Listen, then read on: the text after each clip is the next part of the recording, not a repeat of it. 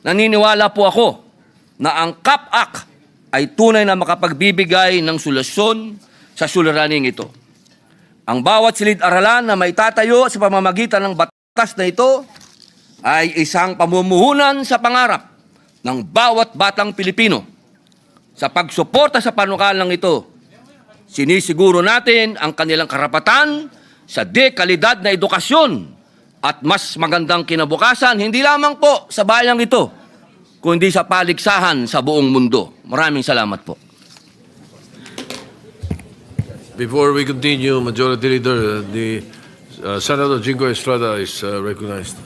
Thank you, Mr. President. Mr. President, I have just received a very, very sad information that our former colleague, former Senate President Juan Ponce Enrile, is currently in the intensive care unit of an undisclosed hospital suffering from pneumonia.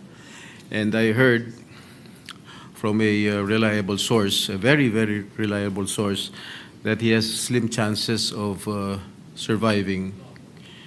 And I hope all of us here present can have a short prayer to be led by Senator Joel Villanueva, if it's possible, Mr. President. Senator Joel Villanueva is recognized. May we ask everyone to rise and give a moment of silence. Dakilang Diyos, Ama naming sumasalangit, kami pong lahat ay lumalapit, naninikluhod sa iyo, humihingi ng tawad sa anumang kasalanan na aming nagawa sa isip, sa salita o sa gawa. Sa mga oras po na ito, amin pong idinadalangin at idinudulog sa iyo ang buhay ng isang aming colleague, mentor, Senate President, kamanggagawa, tagapaglingkod,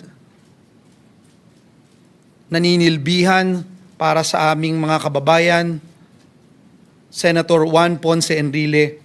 Ikaw, O Diyos, ang may hawak ng kanyang buhay.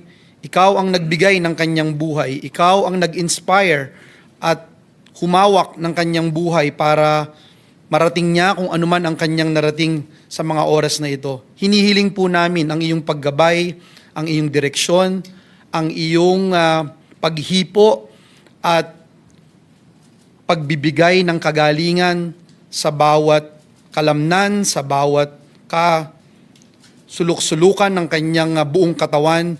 Hawakan mo po ito at hinihiling namin ang iyong intervention sa kanyang buhay. Tulungan mo rin po ang kanyang mga pamilya at mahal sa buhay at tunay, O Diyos, na ang tanging dakilang plano at ang iyong ninanais sa kanyang buhay ay mangyari. Kami pong lahat ay nagkakaisa at patuloy na inilalapit sa iyo ang buhay ng aming minamahal na Manong Johnny Ponce Enrile. Sa iyo pong lahat ng papuri at pasasalamat at kiniklaim namin, O Diyos, na ikaw ay patuloy na maluluwalhati at mapaparangalan sa buhay ng aming minamahal na Juan Ponce Enrile. Maraming salamat po. In Jesus' name we pray. Amen and amen. Thank you.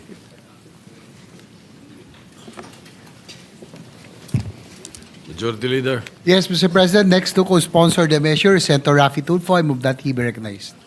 Senator Raffy Tulfo is recognized.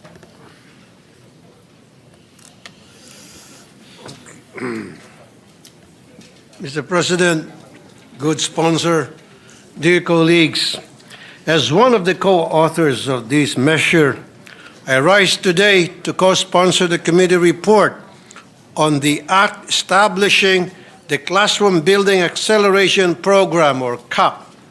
Isang panukalang batas na tutugon sa matagal na nating problema sa kakulangan ng classrooms sa bansa upang mabigyan lahat ng bata, lalo na mga mag-aaral na galing sa mahirap na pamilya, ang pagkakataong magkaroon ng edukasyon at maging matagumpay sa buhay. This proposed measure is not only timely, but it will also save the government millions of funds for classroom building na dati-rati nabubuhos lang sa DPWH isang ahensyang tad-tad ng anomalya ngayon. By providing an alternative mechanism that is more responsive and cost-efficient, and by forging credible partnerships between local government units or LGUs and private sector entities, mas mapapabilis na po ang pagpapatayo ng classrooms at makakasigurong mapupunta sa tama ang pondong nakalaan para rito. We have a backlog of almost 165,000 classrooms. At base sa mga datos na isinumite sa atin, kakailanganan natin ng almost 15 years, 15 taon po yan, isang dekada at kalahati, upang matugunan ang problema sa classroom shortage. Ang masaklap, sa nakaraang taong 2024, nasa 3,181 classrooms lamang ang nakumpleto. Sa makatuwid, at the rate we're going, we will need at least 50 years to hit our target. Now is the time to change the system and approach the problem differently in a manner that is more realistic, cost-efficient, and reliable. Ngayon pa lang, tinatalang 3,260 classrooms ang nagtamo ng iba't ibang antas ng pinsala dahil sa bagyong Tino. Ayon yan po sa DepEd.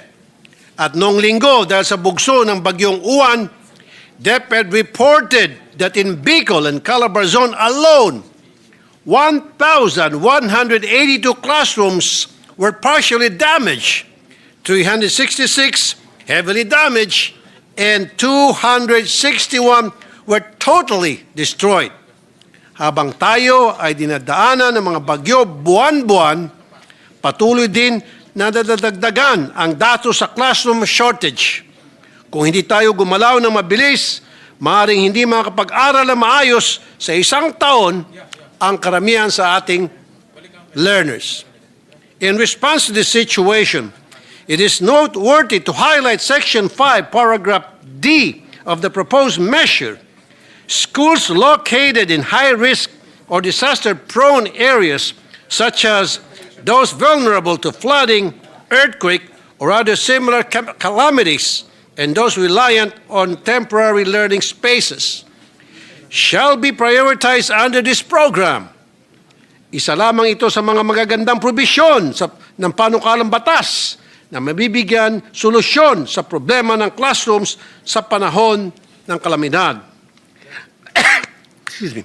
I welcome the proposed partnerships between LGUs and NGOs upang agad matugunan ang problema ng classroom shortage under the able guidance and authority of the DepEd, na siya naman talagang nakakaalam kung ano talaga ang kailangan at naangkop sa mga mag-aaral ng iba't ibang lugar sa Pilipinas.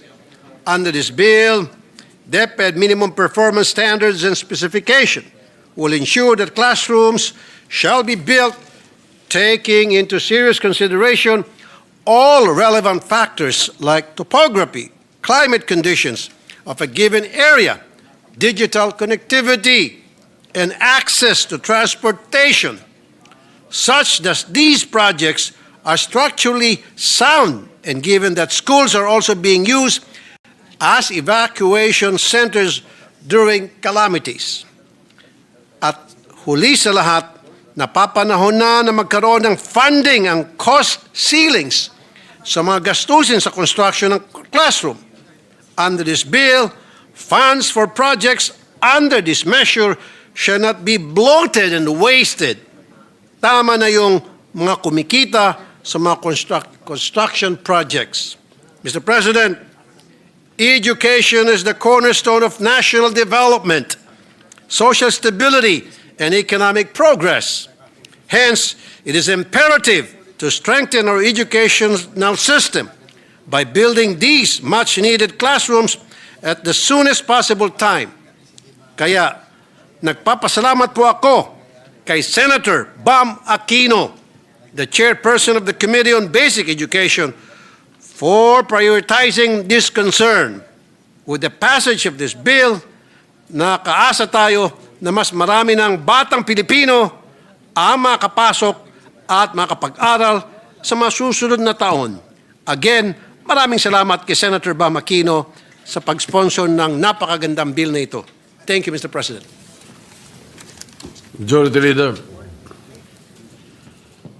Mr. President, next to co-sponsor the measure is Senator Joel Villanueva. I move that he be recognized. Senator Joel Villanueva is recognized. Thank you, Mr. President. Thank you, Majority Leader. This will be short. I'd like to just put into the records, Mr. President, that we would like to commend and congratulate our chairperson, Senator Bam Aquino, to having sponsored this Classroom Building Acceleration Program Act. Through the years, Mr. President, Senator Bam has remained steadfast in his cause and consistent in his advocacy for quality education. We have shared so many landmark legislations such as Universal Access to Quality Tertiary Education, Philippine Qualifications Act, Framework Act, and others.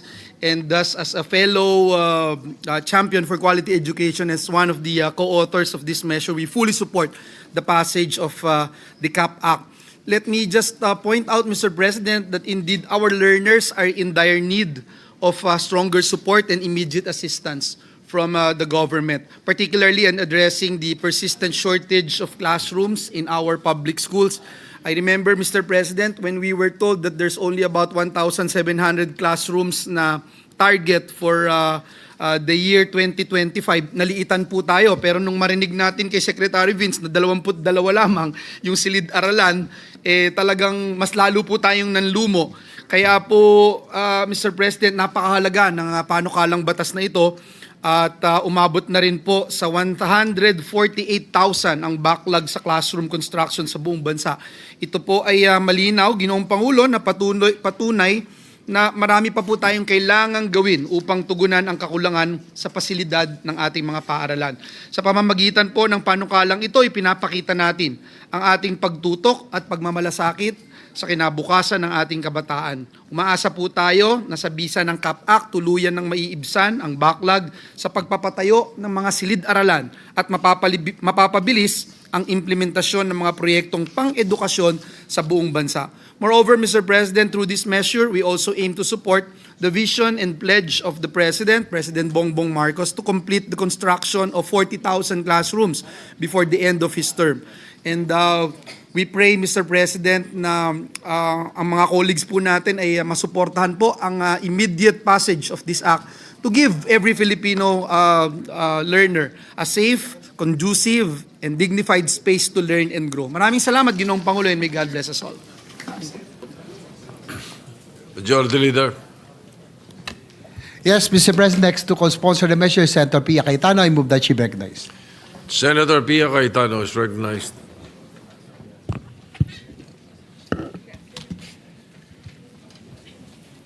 Thank you, Mr. President. Today I rise to co-sponsor Senate Bill number 1482 under Committee Report number 6.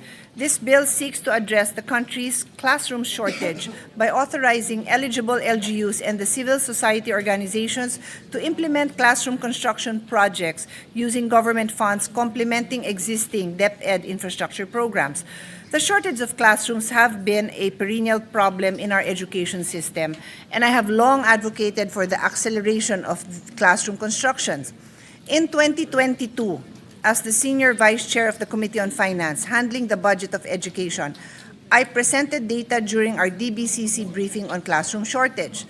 The classroom shortage was then 127. Can I wait for the slide to be shown? The classroom shortage was then 127,039. The budget needed to build these classrooms was 317 billion. The budget allotted in the NEP was only 5.92 billion. So from 317 needed, 5.92 billion. And with this budget, it would take us 60 years to fill the gap. My bold proposal then at the start of this administration was to consider closing the classroom gap by budgeting 52 billion per year. Sounds like a lot, right? But nowadays, we know that 52 billion can be produced pag kailangan pala. At mukhang mas madali kung may mali siya. Sorry, I had to say that as part of this speech because that's how people understand these numbers these days. So here we are, 3 years later. Just a few weeks ago, I also presented in the DBCC briefing hearing. According to the DepEd, the classroom shortage is now 165,000. So from 3 years ago na 127,000, ngayon 165,000 na. Kasi marami pa rin tayong mga anak, mga kababayan. Budget needed to fill the shortage is 412.50 billion. So nadagdagan na ng around 100 billion. And the budget in the NEP for 2026 is 13.25 billion. So with this year's budget and with a cost of 2.5 million per classroom, only 5,300 classrooms will be built. I will repeat. What is needed is 165,000, and what will be built based on this year's budget is 5,300 classrooms. With a similar budget, it will take more than 31 years to fill the gap.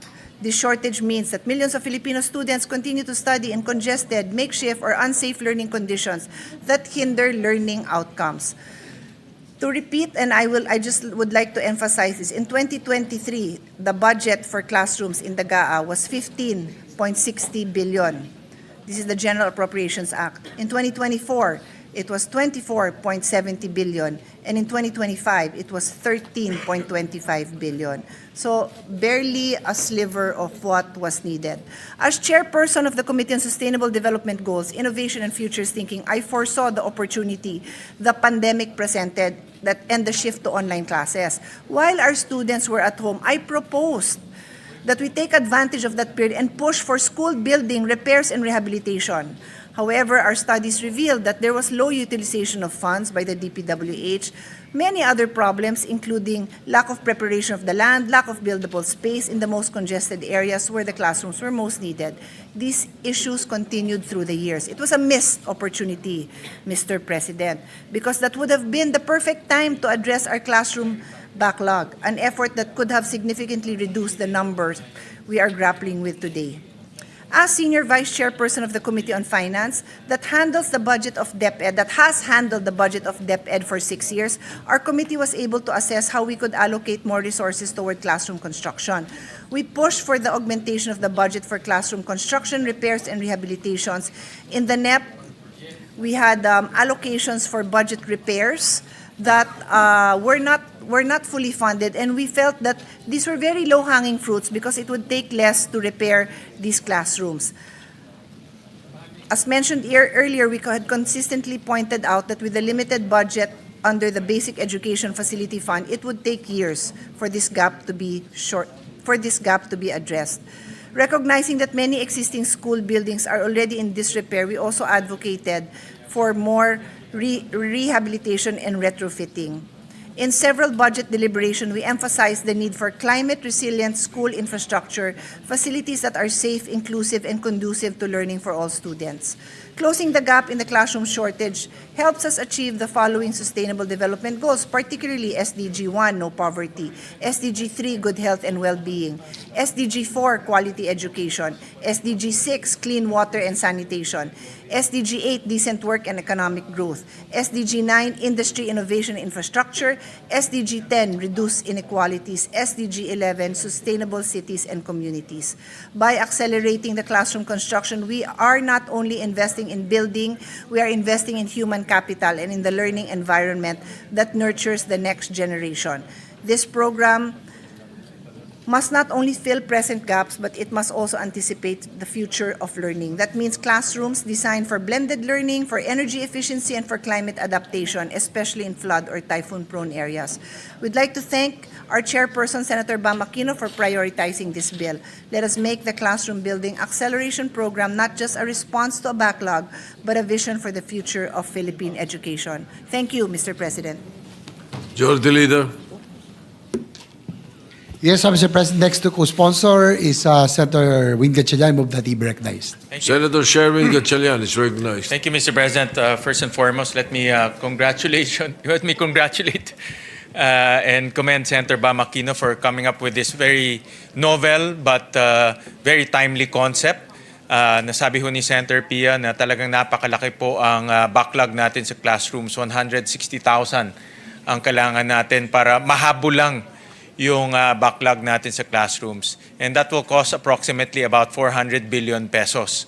So kahit na mayroon tayong 400 billion pesos, Mr. President, hindi naman may implement kaagad because of absorptive capacity of the Department of Education. So the CAP program will liberalize the implementation of classrooms in our country, allowing local governments to build classrooms all at the same time. Yun po yung maganda dito. Pwedeng sabay-sabay ho nagko-construct ang mga local government units para sabay-sabay rin natatapos. They can also tap the private sector to build dahil nakita ho natin sa hearing na mas mura ang private sector pagko-construct ng mga classroom, so we can tap CSO. And we can also come up with innovative modalities such as PPP para pumahabol natin yung 165,000 na backlog natin. So Mr. President, let me again thank and congratulate our chairman of the Basic Education Committee for coming up with this very timely concept. And a more extensive co-sponsorship speech will be submitted to the body to be inserted into the records, Mr. Chairman. Thank you. Majority Leader. Mr. President, next to co-sponsor the measure is Senator Erwin Tulfo. Senator Erwin Tulfo is recognized. Mr. President, distinguished colleagues, I rise today to express my full support as co-sponsor of Senate Bill number 1482 under Committee Report number 6, which seeks to establish the Classroom Building Acceleration Program or CAP under the Department of Education. Nung ako po ay bumoto noong nakarang eleksyon, isa sa mga hindi ko po makakalimutan ay ang kalunos-lunos na kalagayan po ng ating mga silid-aralan. Mainit, siksikan, at minsan pa ay kulang sa upuan. Sa ganitong kalagayan, mahirap asahan na matuto ng maayos ang ating mga kabataan, Mr. President. Sa panukalang ito, binibigyan kapangyarihan ng mga lokal na pamahalaan at mga civil society organizations na makibahagi sa pagpapatayo ng mga silid-aralan. Isang konkretong hakbang upang mapabilis ang pagpapatayo ng mga ligtas, maayos at komportableng lugar para sa ating mga mag-aaral. Naniniwala po ako, Mr. President, na sa tulong ng programang ito, mas mabilis na maihatid ang dekalidad ng edukasyon, hindi lamang po sa salita, kundi sa mismong pisikal na espasyo kung saan nagsisimula ang kanilang mga pangarap. I would also like to thank Senator Bam for championing this classroom building acceleration program. Thank you, Senator Bam. Thank you, Mr. President. Maraming salamat po at magandang hapon sa lahat. Thank you. Majority Leader. Yes, Mr. President, last to co-sponsor the measure is this presentation. May I be recognized, Mr. President? Yes, the acting Majority Leader is recognized. Senator J.B. Ersto.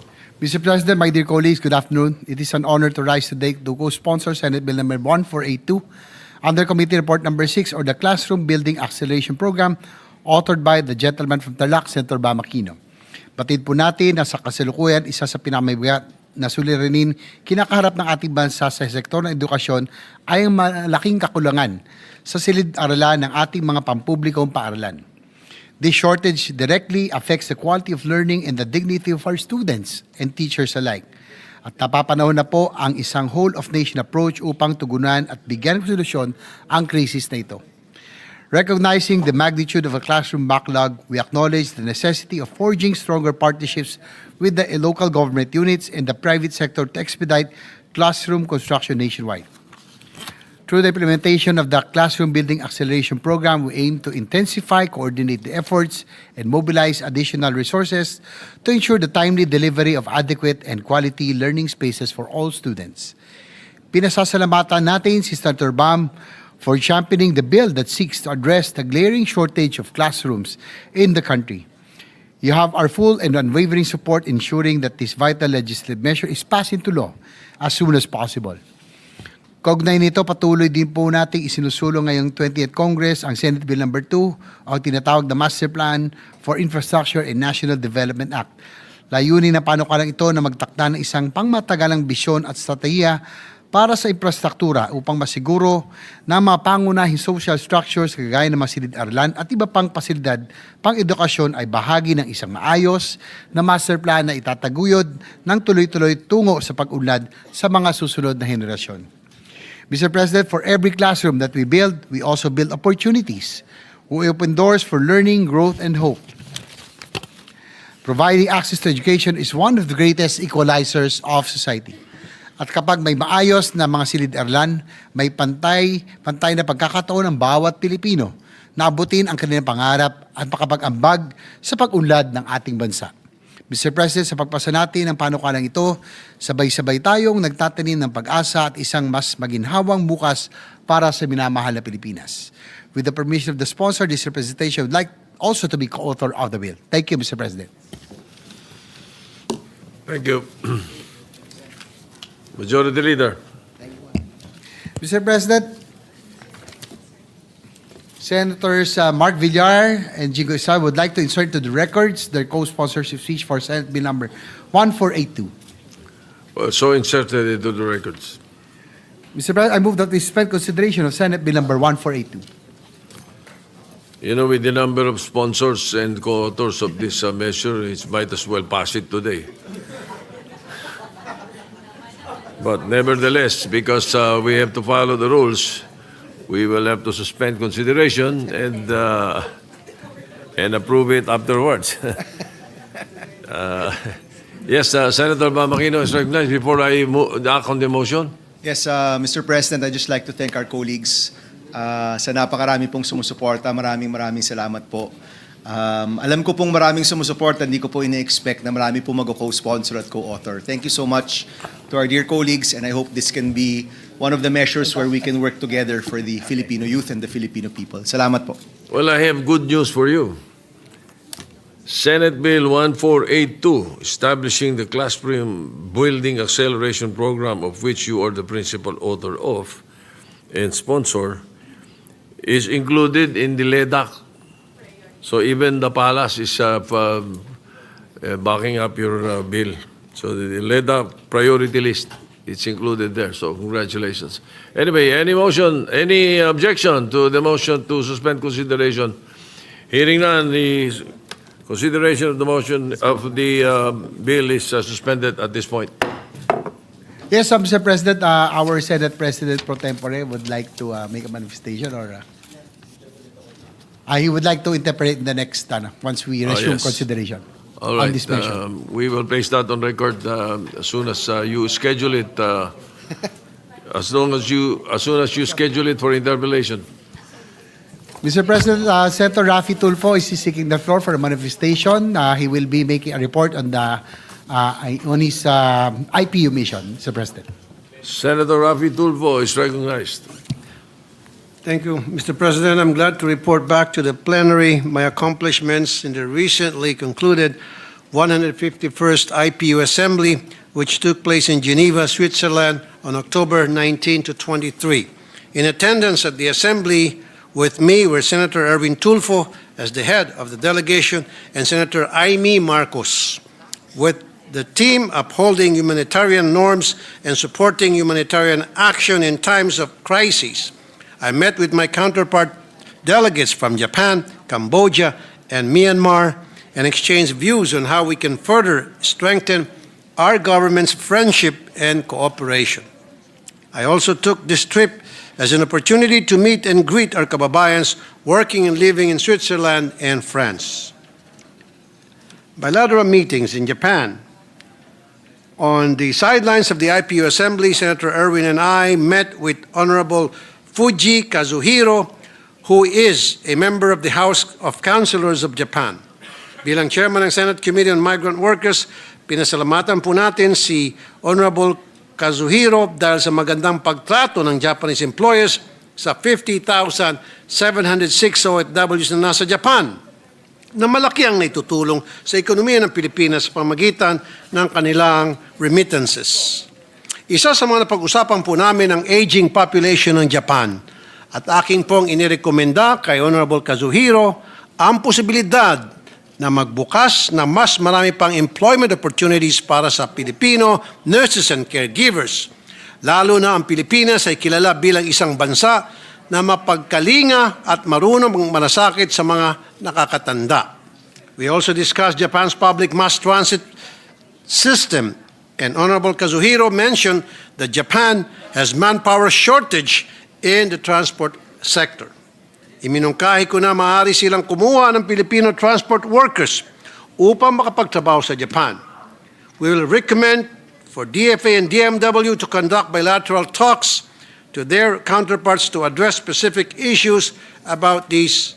At akin po itong tututukan, Mr. President. Bakit walang mga videos? Nasaan? Kanina pa wala. Cambodia. Nakipagpulong din po ako kina First Vice President Och Burit at T. Sokun ng National Assembly of Cambodia upang talakayin ang problema sa human trafficking ng mga Pilipino sa Cambodia. Mr. President, I encourage the government's cooperation to put an end to the prevalent Cambodia-based scam hubs which abuse Filipino workers. Ang mga Pilipinong biktima ay naakit sa mapanlinlang na social media post na nag-o-offer ng malaking sahod, pero pagdating sa Cambodia ay hindi naman sila nababayaran ng tama at ang iba sa kanila ay nato-torture. I'm glad to report, Mr. President, that President Boric gave his commitment in solving this international issue. Myanmar. I also met with the delegation of Myanmar to raise concern over the recent raid on a major online scam hub in Myanmar, where around 222 Filipinos are currently seeking rescue and repatriation. We talk about how Philippines stepped up to host ASEAN earlier than planned. After Myanmar, the original host was unable to do so due to its ongoing civil war. Dahil sa patuloy na conflict at lumalalang humanitarian crisis, ipinahayag ko na ang kaligtasan at kapakanan ng mga OFWs sa Myanmar. Ang isa sa aking mga prioridad at sana sa tulong ng kooperasyon ng mga bansa sa ASEAN ay tuluyang mabawasan at mapigilan ang mga operasyon ng mga online scam hubs.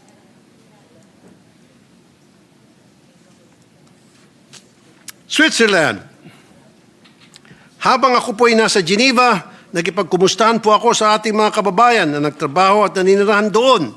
Mr. President, kasama si Sen. Erwin, we held a meet and greet with Filipinos at the Philippine Consulate General Office, all thanks to Ambassador Carlos Soreta.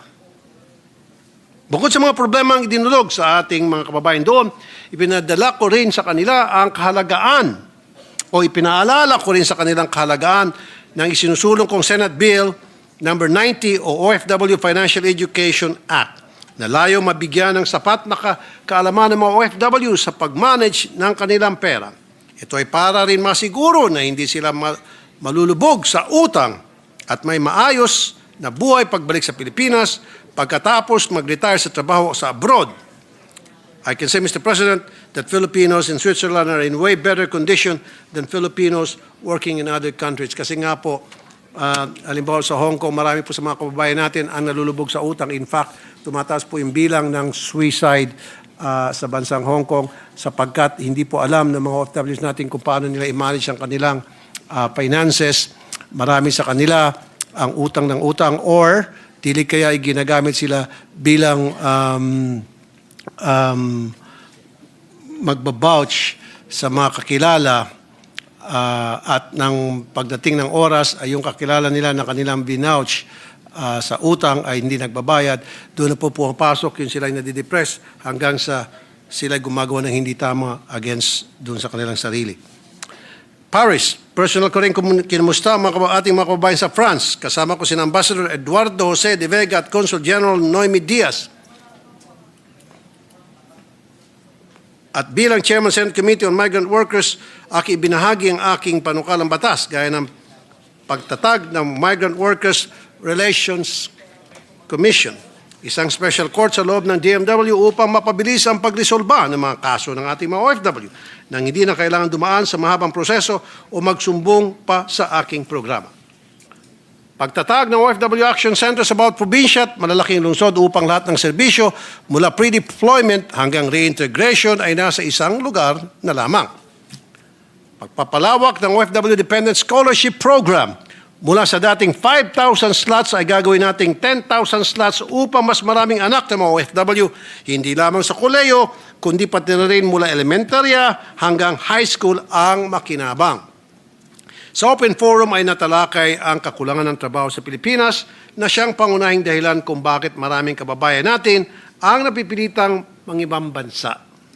I shared that this problem is precisely what I'm pushing for, an across-the-board minimum wage for workers in Metro Manila and the provinces. With this, workers across the country will have the access to good job opportunities without the need to migrate elsewhere. That's all, Mr. President. Maraming salamat po.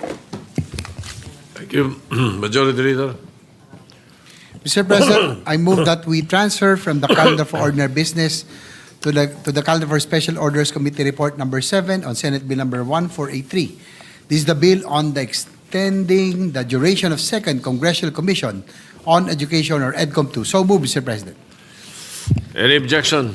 Hearing none. Motion is approved. So transferred.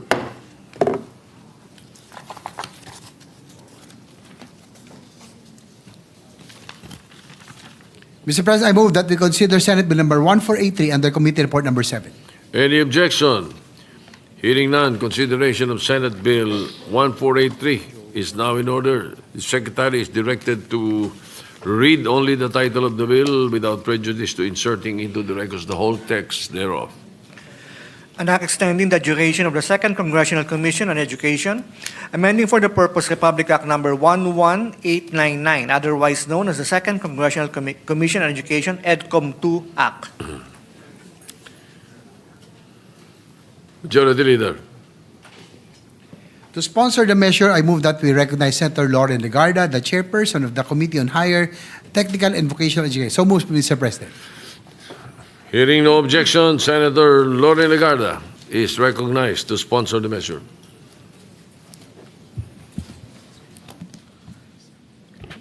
Thank you, Mr. President. Esteemed colleagues, I rise to sponsor Senate Bill number 1483 under Committee Report number 7, which seeks to extend the duration of the Second Congressional Commission on Education, or EDCOM 2, thereby amending Republic Act number 11899. EDCOM 2 was established in 2022 to undertake a comprehensive national assessment of our educational system and to recommend structural reforms that would strengthen its quality, equity, and responsiveness to national needs. There is no doubt that the Commission has carried out this mandate in a manner that honors the intent of Congress. Its principal reports, Miseducation, the Failed System of Philippine Education and Fixing the Foundations, a Matter of National Survival, offer the most rigorous, data-informed diagnosis of our education sector in recent memory. These studies describe persistent and systemic deficiencies that require sustained national attention, including critically low early childhood program participation, a classroom backlog of 165,000 units, chronic textbook shortages, widespread stunting and undernutrition among our youngest learners, and high attrition rates in higher education. Crucially, the significance of EDCOM 2 lies not only in its diagnosis, but also in how it has acted on those findings.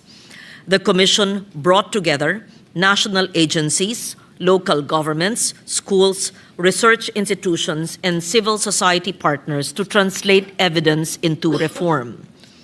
Its work has informed legislation, guided appropriations, strengthened administrative coordination, and established pathways for institutional development. In the 19th Congress, the work of EDCOM 2 contributed directly to the passage of 10 landmark laws that expanded access, promoted equity, improved quality across our education system. While its mandate under RA 11899 concludes in December this year, EDCOM 2 has not entered a period of winding down. Instead, it continues to move with full momentum compelled by the understanding that while much has been achieved, significant work remains to build the education system our people deserve. Currently, the Commission is developing several measures, including those identified as priority bills under the Legislative Executive Development Advisory Council, or LEDAC, for the 20th Congress. These include, first, amendments to the Masustansyang Pagkain para sa Batang Pilipino Act to expand and sustain the National Feeding Program. Second, amendments to the Government Assistance to Students and Teachers in Private Education Act to broaden voucher coverage to students from kindergarten to grade 6. Third, amendments to the Universal Access to Quality Tertiary Education Act to guarantee tertiary education subsidy eligibility to students who need it most. Fourth, amendments to the Teachers Professionalization Act to introduce practical components in licensure pathways and open multiple routes to teacher qualification. Fifth, amendments to the Local Government Code on Special Education. Fund to align the SEF utilization with current education needs and to strengthen local education governance. And six, Classroom Building Acceleration Program Bill, just sponsored now and championed by EDCOM 2 co-chair Senator Bam Aquino, to close the classroom gap and to ensure adequate learning spaces nationwide. Informed by the work of EDCOM 2, I'm also honored to advance measures that address systemic gaps across basic, higher, technical, and vocational education, including the Last Mile Schools Bill, the modernization of the decades-old charters of CHED and TESDA to ensure that our institutions are aligned with the needs of the learners today. Beyond legislation, EDCOM 2's research has translated directly into program funding. Its recommendations on early childhood development resulted in an allocation of 1 billion pesos in the 2025 General Appropriations Act for the establishment of child development centers in 328 low-income local government units and 80 million pesos in scholarship support for the professional development of child development workers. The Commission also identified long-standing misalignment in professional education and licensure policies across CHED, TESDA, and the Professional Regulation Commission. This finding led to the creation of a tripartite council last month to harmonize curricula, training regulations, and licensure standards under a coherent national framework. Further, the Commission conducted hearings on education delivery in the Bangsamoro Autonomous Region in Muslim Mindanao, which underscored the need to clarify the respective responsibilities of national agencies and the regional government in implementing essential education and nutrition programs. Policy recommendations to strengthen coordination are now being refined. EDCOM 2 also served as a convener, bringing together DepEd, CHED, and TESDA in a historic first joint meeting to address system-wide reforms. As noted by TESDA Director General Jose Francisco Kiko Benitez, the Commission's evidence-based work encouraged agencies to move beyond their own little silos and work towards a more integrated education system. Undoubtedly, EDCOM 2 was the driving force behind the establishment of the Education and Workforce Development Group through Administrative Order Number 36, directly addressing the fragmentation identified in the Commission's Year 1 report and affirmed by the concurrent resolution passed by the Senate and adopted by the House of Representatives. This effective translation of research into reform is precisely what makes the role of EDCOM 2 indispensable. It has functioned both as a think tank and as a coordinating body building trust and consensus among diverse stakeholders, including agencies, teachers, parents, and policymakers. To ground its recommendations, EDCOM2 has commissioned 97 research studies, partnered with 91 organizations, conducted 44 workshops and consultations, 32 hearings, 9 site visits, and 3 benchmarking sessions or missions. This work was made possible through the dedication of its secretariat, led by its executive director, Dr. Carol Markey, and supported by its advisory council under the leadership of those who served as commissioners from both chambers of Congress, including this representation, together with Senator Sherwin Gatchalian, Joel Villanueva, Alan Peter Cayetano, Pia Cayetano, Chis Escudero, and Bam Aquino, as well as former Senators Sani Angara and Coco Pimentel, who served during the 19th Congress. While EDCOM2 is on track to submit its final report and the National Education and Workforce Development Plan as it completes its 3-year mandate, the sustained implementation of its policy recommendations requires continued oversight. The task before us is to ensure that reforms are fully institutionalized.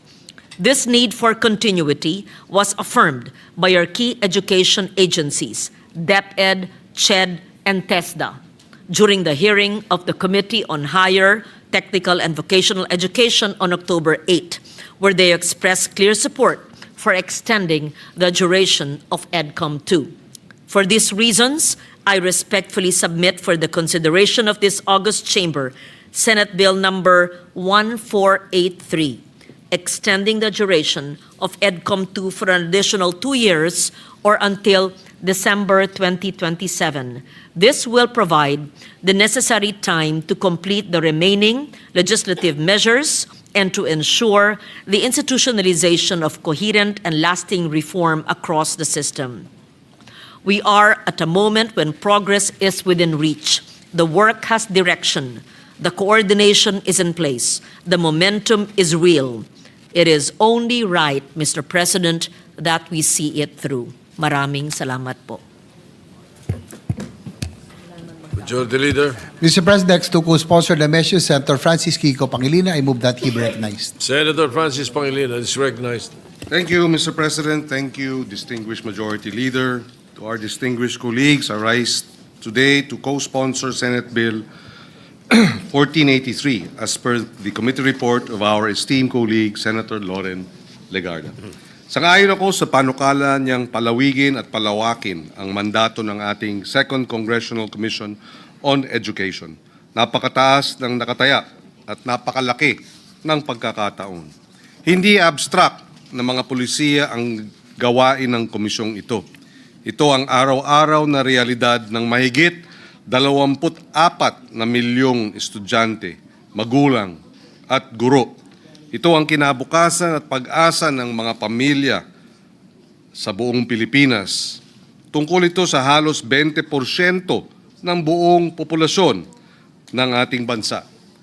Buhay ng isa sa bawat 5 Pilipino ang huhubugin ng mga pasya sa edukasyon.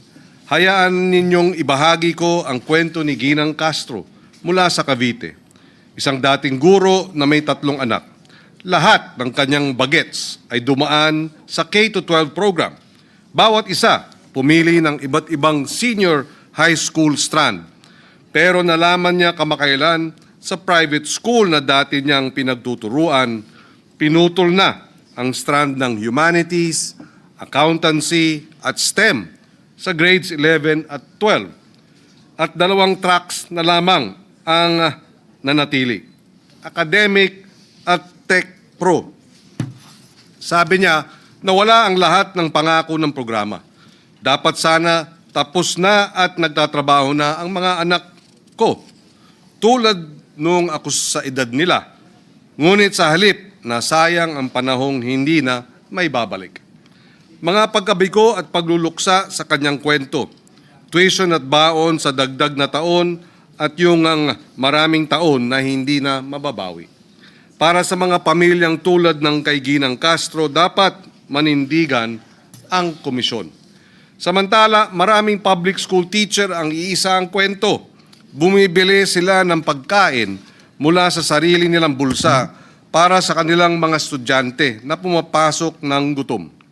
Gusto nilang pumasok ding may pag-asa ang mga bata. Kaya ang expanded free meals program na panukalang batas ng inyong lingkod at na-hearing na ni Senator Bam Aquino ay ating isinusulong. Kailangan tulungan tayo ng EDCOM 2 na ibahin ang pag-asa na iyon at gawing regular at tunay na pagpapakain at pagkatuto. Hindi nagsisinungaling ang datos na idokumento ng komisyon ang malalim na mga kakulangan sa pagkatuto. Mga batang magtatapos sa grade 3 na hindi marunong magbasa ayon sa antas ng baitang. Walang mga basic na kasanayan, mga gurong napakaraming gawain at mga gumuguhong paaralan. Ganun pa man sa likod ng mga datos na ito, may mga pangarap na ipinagpaliban. Mga bata, malabo nang mabawi ang nawalang oras. Mga guro na sa bingit ng pagkahapo. Pero ang tungkulin na hindi lamang ayusin ang nasira, dapat din nating likhain at buuhin ang isang sistema na magbibigay ng ugat at ng pakpak. Ugat para sa katatagan, pakpak para sa pag-unlad. Roots and wings. Hayaang ituro ng bagong kurikulum ang mga bakit at paano. Hayaang matuto ang mga mag-aaral ng bayanihan, ang pamana ng ating lahi na nagsasama-sama sa krisis at pag-asa, sa hirap, sa ginhawa. Hayaang pag-aralan ng mga maritime school, hindi lamang ang foreign navigation, kundi ang mga gawain sa dagat ng ating mga ninuno na subok na ng panahon. Sa agriculture schools, bakit imported na binhi at chemical lang ang itinuturo? Pagsamahin natin ang global advances at ang likas na kaalaman ng mga magsasakang Pilipino, na karaniwan ay angkop sa ating lupa, sa ating klima, at sa mga hamon ng climate change. Malinaw ang ulat ng EDCOM 2. Tayo ay nasa krisis, ngunit nasa isang sangangdaan din tayo. Ipinakita sa ating ng komisyon kung saan nabigo ang polisiya. Ngunit itinuturo din ito ang daang pagsulong, pagtawag para sa mga foundational investments sa maagang literacy at nutrition. Nutrition nga raw ay foundational sa learning para sa updated at relevant din na curriculum, para sa mga better trained at better supported na mga guro, para sa isang whole of government action. Bigyan natin ang komisyon na ito ng oras, dagdag na kasangkapan at mas malawak na mandato para makumpleto ang mga gawaing nabanggit. Bigyan natin ng hustisya ang mga Castro at ang hindi mabilang na pamilya, guro at estudyanteng umaasa sa atin. Bilang pangwakas, alam nating lahat, pag namuhunan tayo sa edukasyon, namuhunan din tayo sa kinabukasan ng bawat Pilipino, namumuhunan din tayo sa kinabukasan ng Republika ng Pilipinas. For these reasons, Mr. President, I wholeheartedly co-sponsor Senate Bill 1483 and urge its immediate approval. Maraming salamat. Majority Leader. Mr. President, next to co-sponsor the measure, Senator Joel Villanueva. I move that he be recognized. Senator Joel Villanueva is recognized. Thank you, Mr. President. Thank you, Majority Leader. Mr. President, I rise to co-sponsor the measure extending the duration of the Second Congressional Commission on Education, or EDCOM 2. We'd like to put on record our sincerest thanks and gratitude to the sponsor, Senator Loren Legarda, for including Senate Bill number 103 filed by this representation, together with Senators Pia and Alan Cayetano and Escudero. Mr. President, as one of the commissioners of EDCOM 2, I have seen firsthand how the Commission has worked tirelessly to understand and fix what is broken in our education system. In just 2 years, EDCOM 2 has completed numerous research studies, consultations, and school visits nationwide. These conversations with teachers, learners, parents, and local leaders have helped us visualize and clearly define and describe the state of our education system as well as the much-needed interventions. The Commission's Year 2 report, aptly titled Fixing the Foundations, a Matter of National Survival, tells us that the learning crisis is not abstract. 1 in 4 Filipino children under 5 is stunted, and many of our grade 4 learners still struggle to read with understanding or do basic math. These are not just education statistics. They are a warning light for our nation's future. Despite well-intentioned reforms and higher budgets, our students continue to lag in international assessments, such as PISA 2022, where we rank among the lowest in reading, math, and science. The issue is not effort.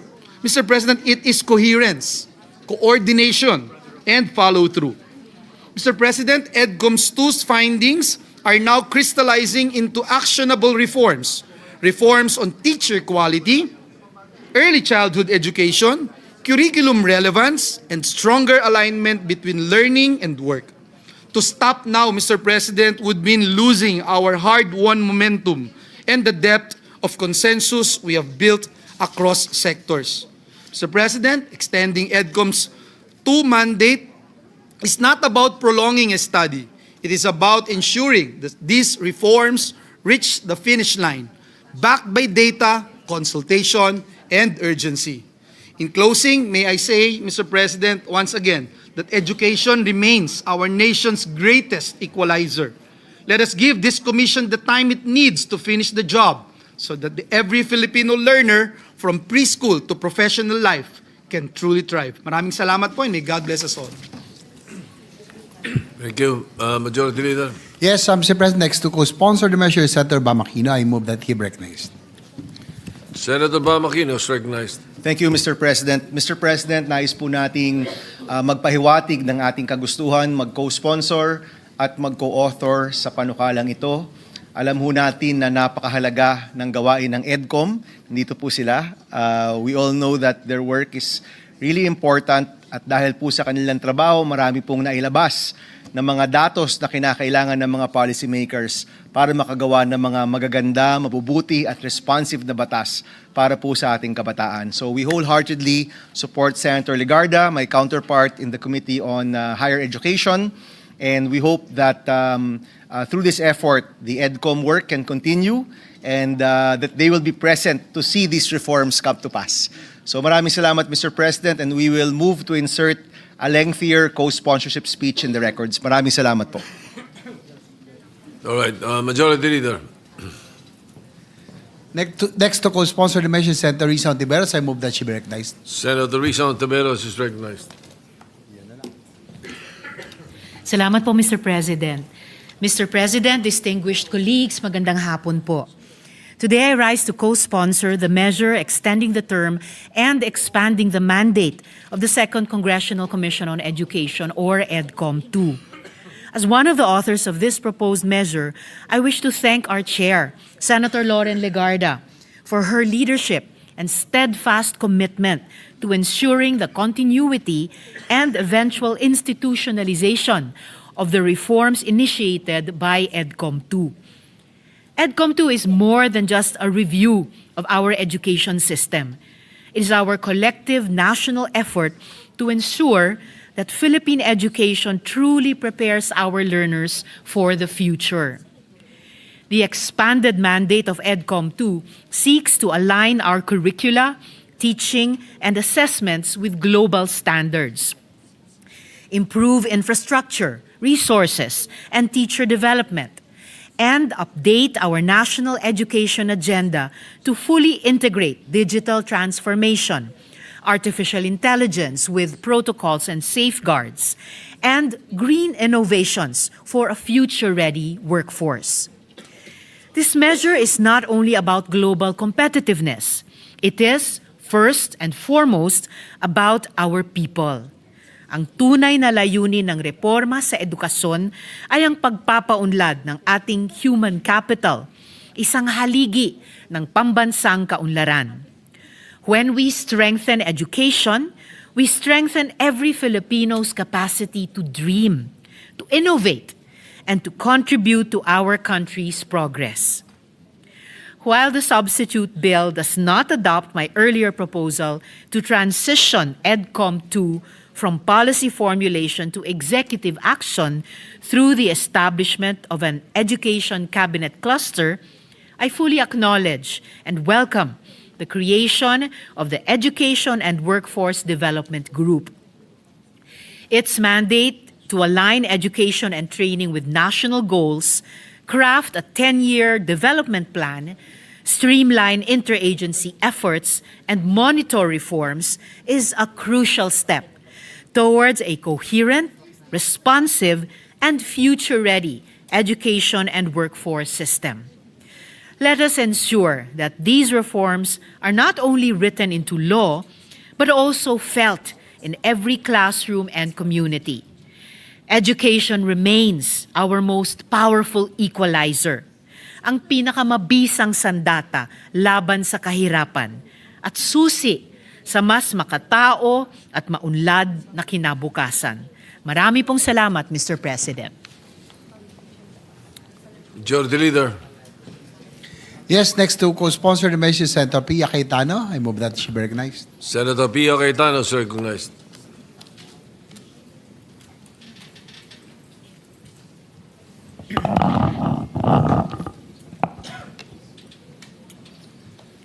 Mr. President, I rise today to co-sponsor Senate Bill number 1483 under Committee Report number 7. This bill seeks to extend the duration of the Second Congressional Commission on Education, or EDCOM 2, for 2 more years. As a former commissioner of EDCOM 2, I have had the privilege of working closely with our education partners in assessing and understanding the true state of Philippine education. Through rigorous research and nationwide consultation, we have seen both the magnitude of our challenges and the opportunities to pursue meaningful and lasting reform. In just 3 years, EDCOM 2 has produced groundbreaking reports, its Year 1 assessment exposing deep systemic fractures, and its Year 2 report fixing the foundations, released just this year, sounding an urgent alarm on the crisis in our early learning stages. These are not mere documents. These are battle cries for a Philippines where no child is left behind, and yet the work is far from done. The complexities we've uncovered demand more time, more deliberate action to turn findings into laws, recommendations into realities. That is why we must extend EDCOM 2 to ensure its momentum carries us through implementation, monitoring, and ultimately measurable progress. EDCOM 2's latest insights, drawn from the 2023 National Nutrition Survey and corroborated by UNICEF data, reveal that 1 out of every 4 Filipino child is stunted. That's 23.6% of our youngest citizens suffering irreversible damage from chronic malnutrition before they even step into a classroom. These figures are not just statistics, they are a call to action. EDCOM 2 is also made it clear education reform begins with investing in people. We cannot expect our schools to deliver quality education if they lack the basic manpower to function effectively. EDCOM 2 found that about half of our public schools do not even have a full-fledged principal. Many schools are also lacking administrative officers, planning development officers, and guidance counselors, the very positions that keep a school system running smoothly and support the well-being of both learners and teachers. We must see through our investment in this manpower in school heads, admin officers, PDO guidance counselors, and the allied professionals who make inclusive education possible: speech pathologists, occupational physical therapists, and special education teachers.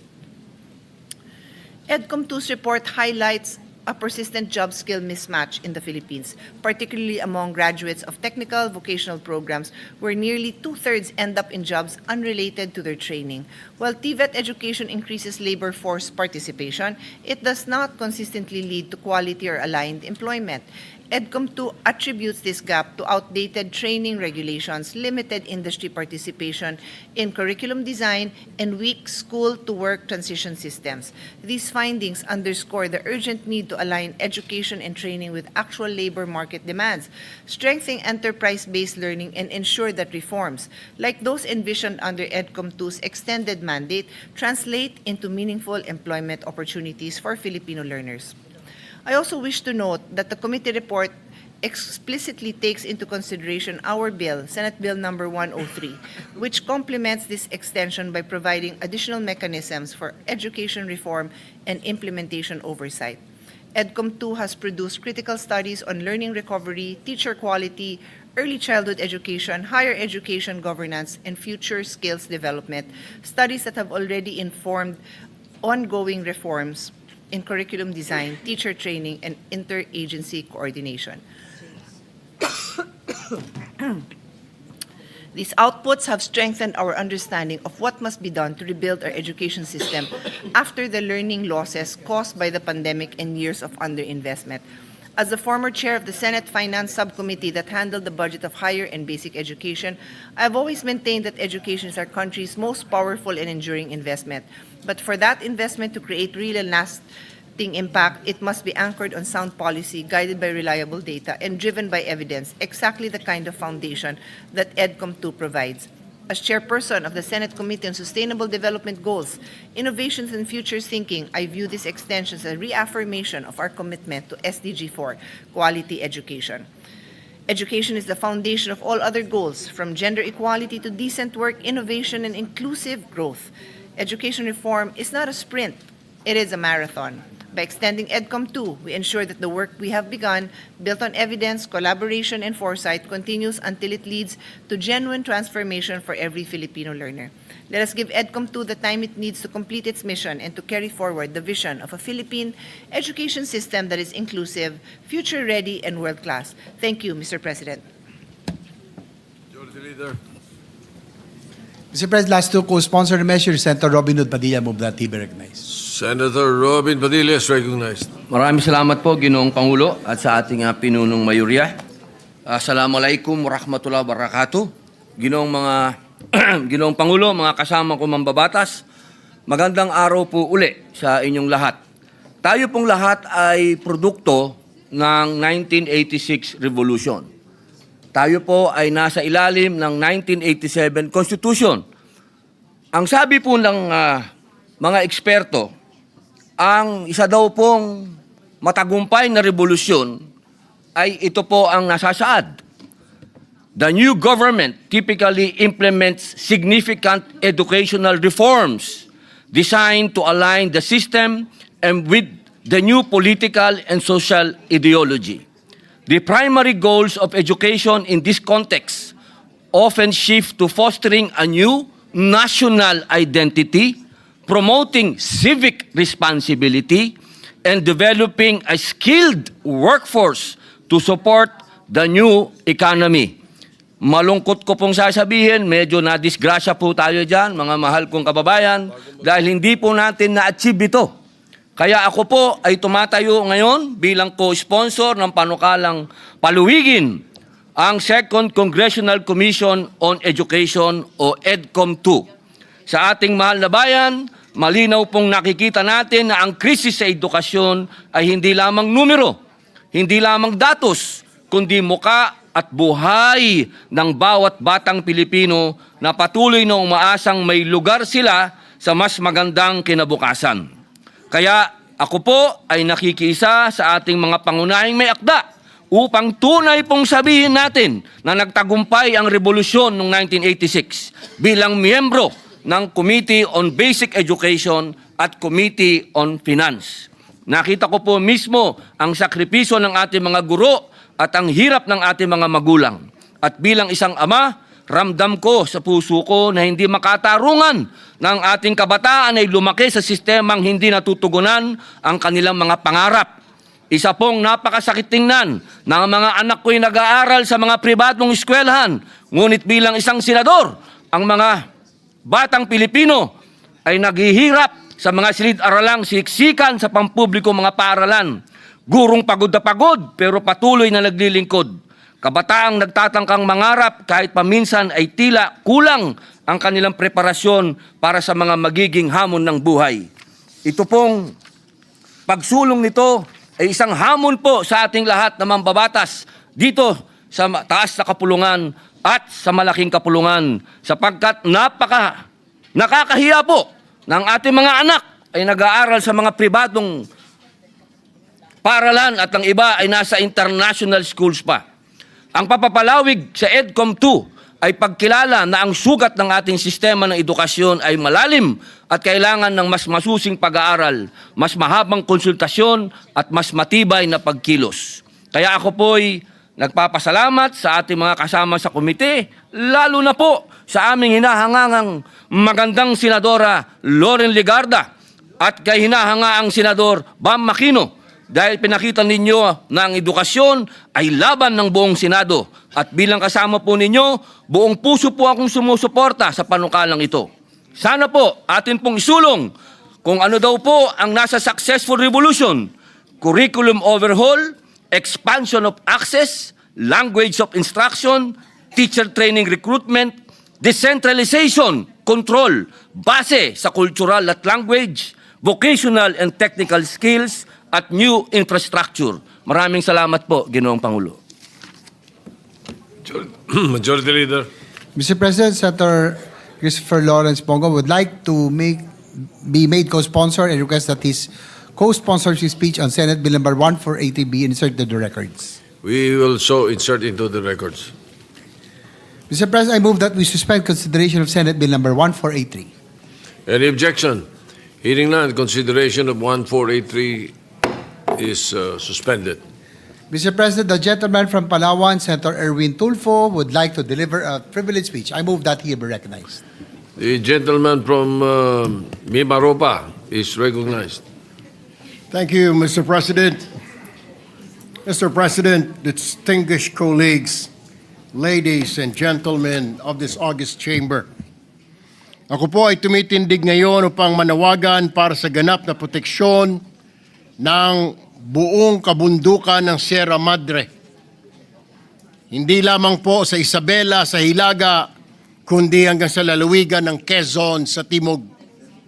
Noong Sabado at Linggo lamang, nang tumama po ang Super Typhoon Uwan sa Luzon, muli nating nasaksihan ang katatagan ng Sierra Madre.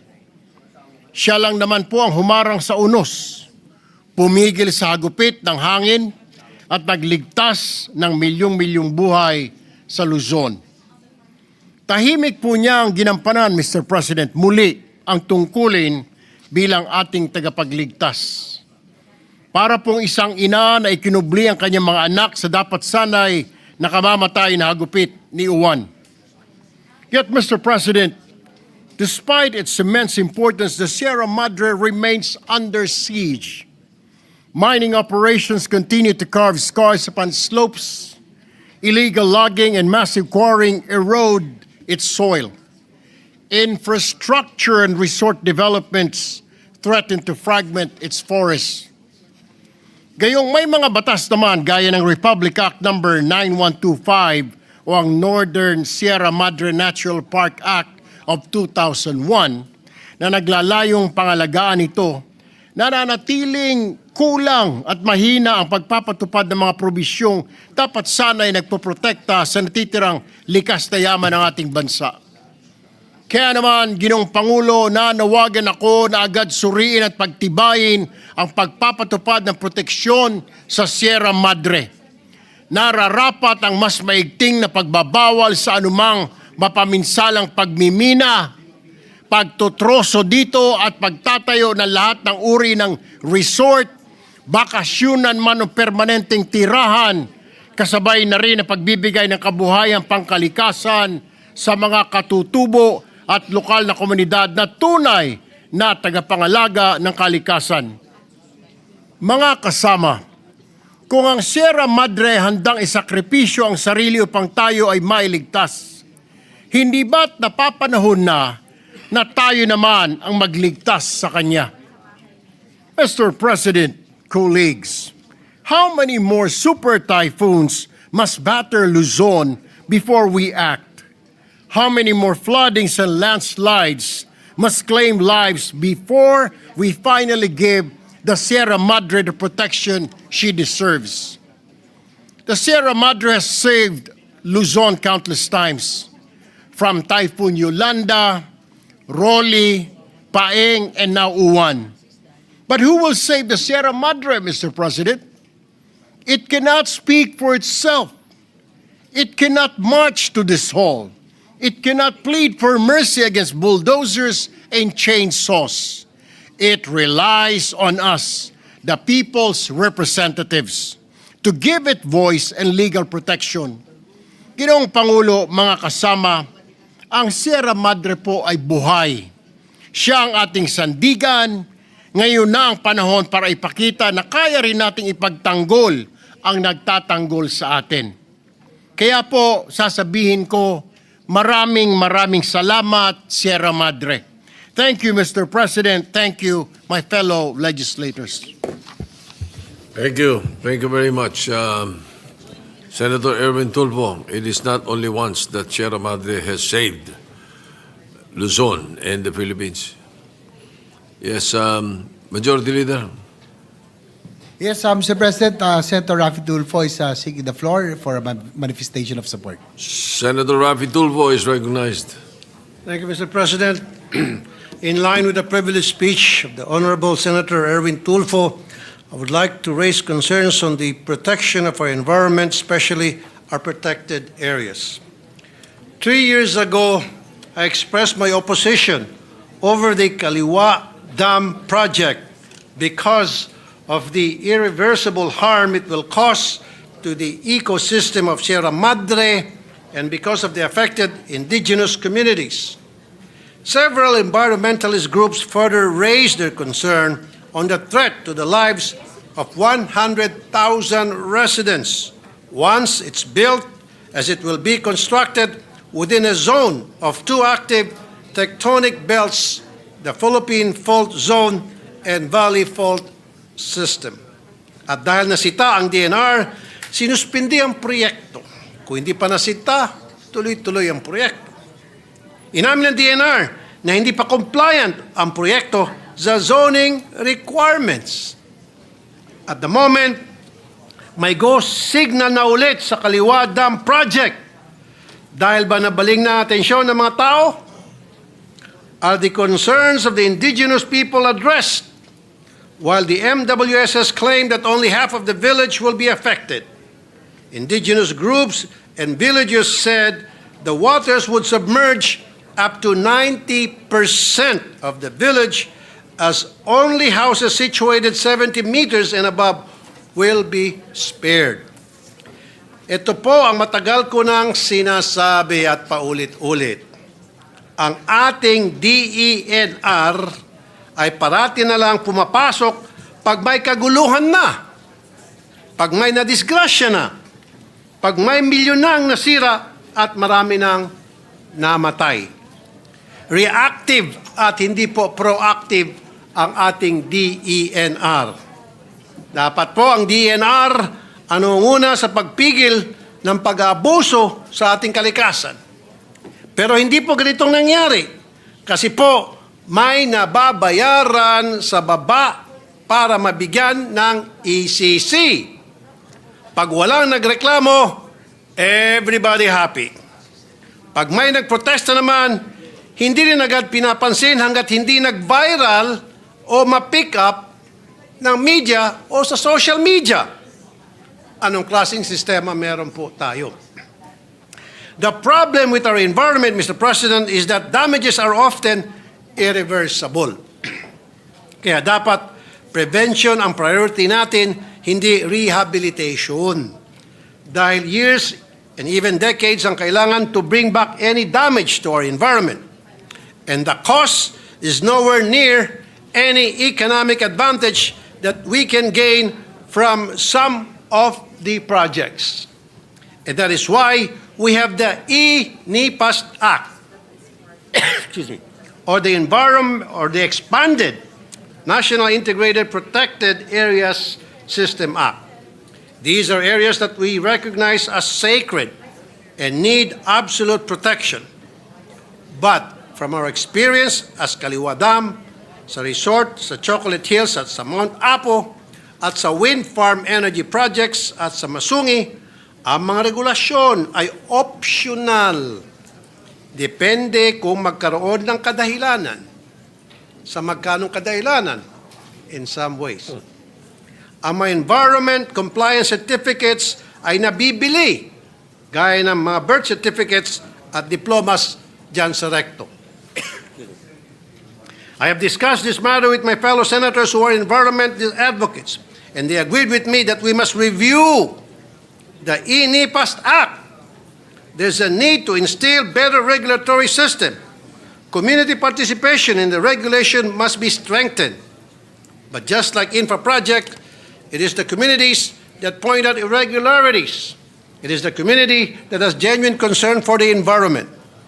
Furthermore, we should include in the prohibited and penalized acts the participation of government officials in the prohibited acts, because the violation of our environmental laws are never committed without the consent or cooperation of a public official. Given po yan palagi.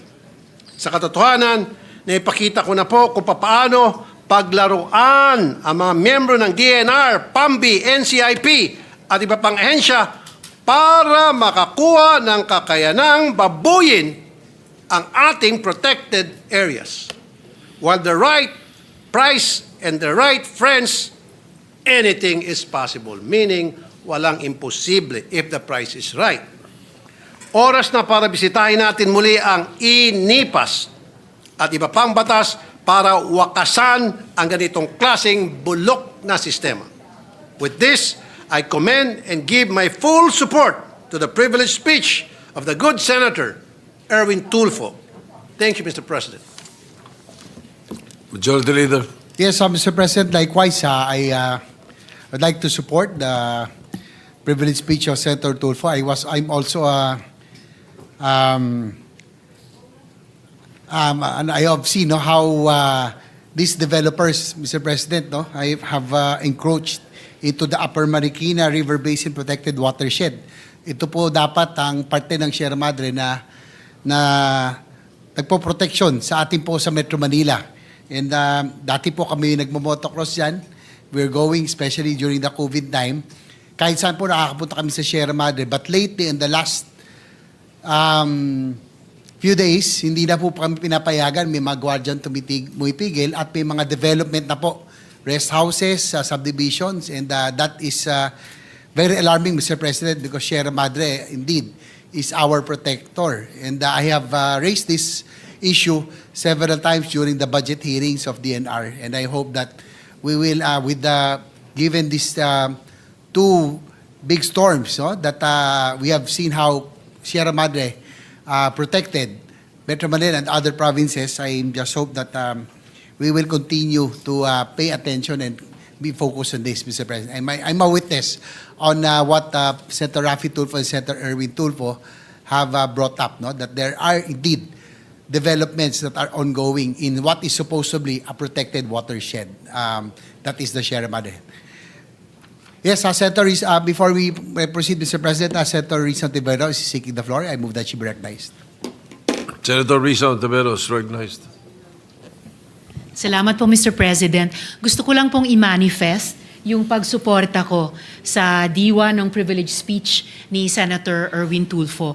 Na-appreciate ko po talaga napapanahon dahil sa muli nga pong pagdanas natin.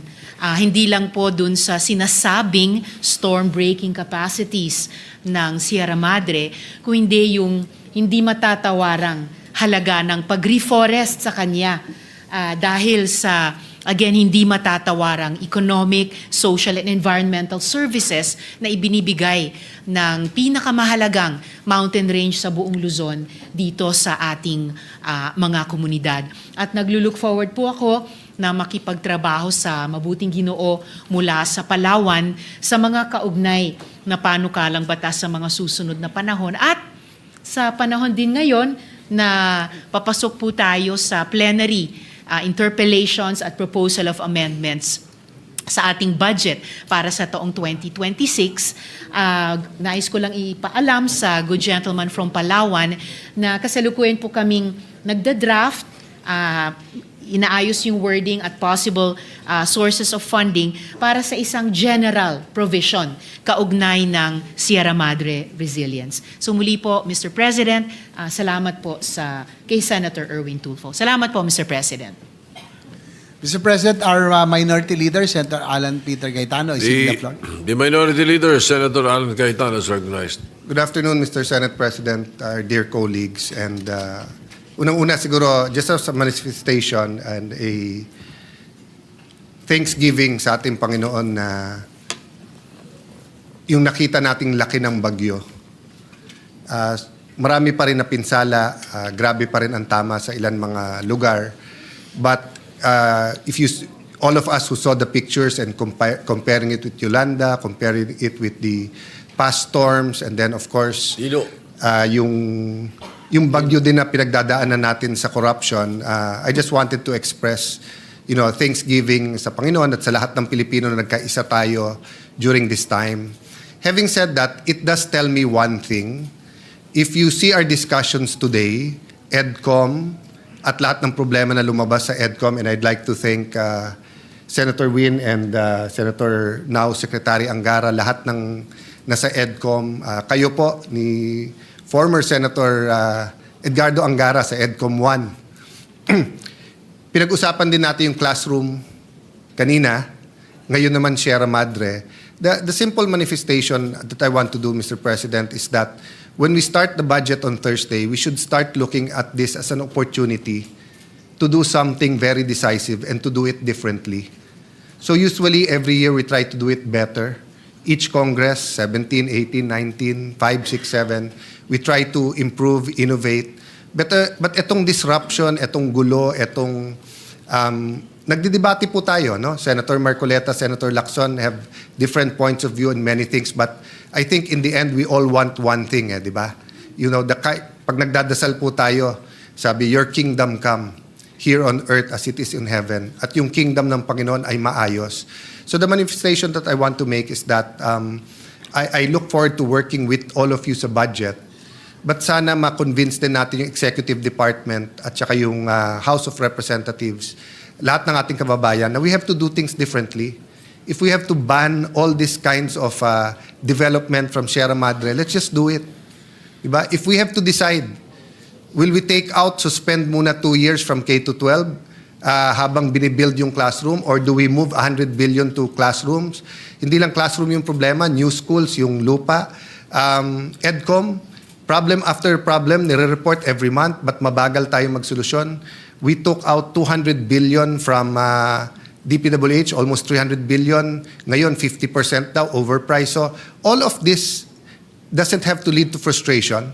All of this can lead to opportunity na, sige. So, I put it this way. Kanina may nakasalubong akong congressman. Sabi ko, pare, anong pinakagusto mong kumpanya sa Pilipinas?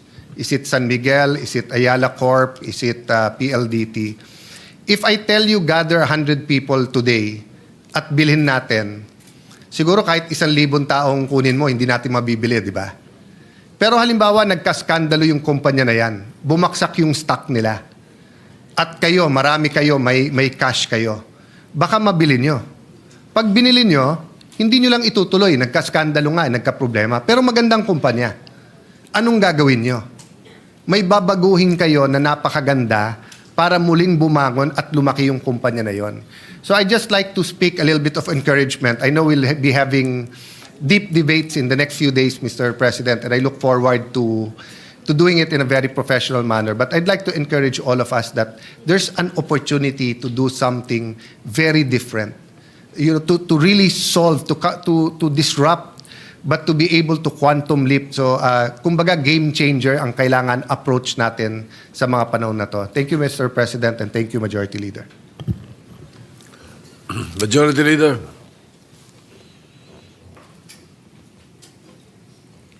Mr. President, I move that we refer the privilege speech of Senator Erwin Tulfo and all the interpretation manifestation thereon to the Committee on Environment, Natural Resources, and Climate Change. Any objection? Hearing none, the motion is approved. So referred.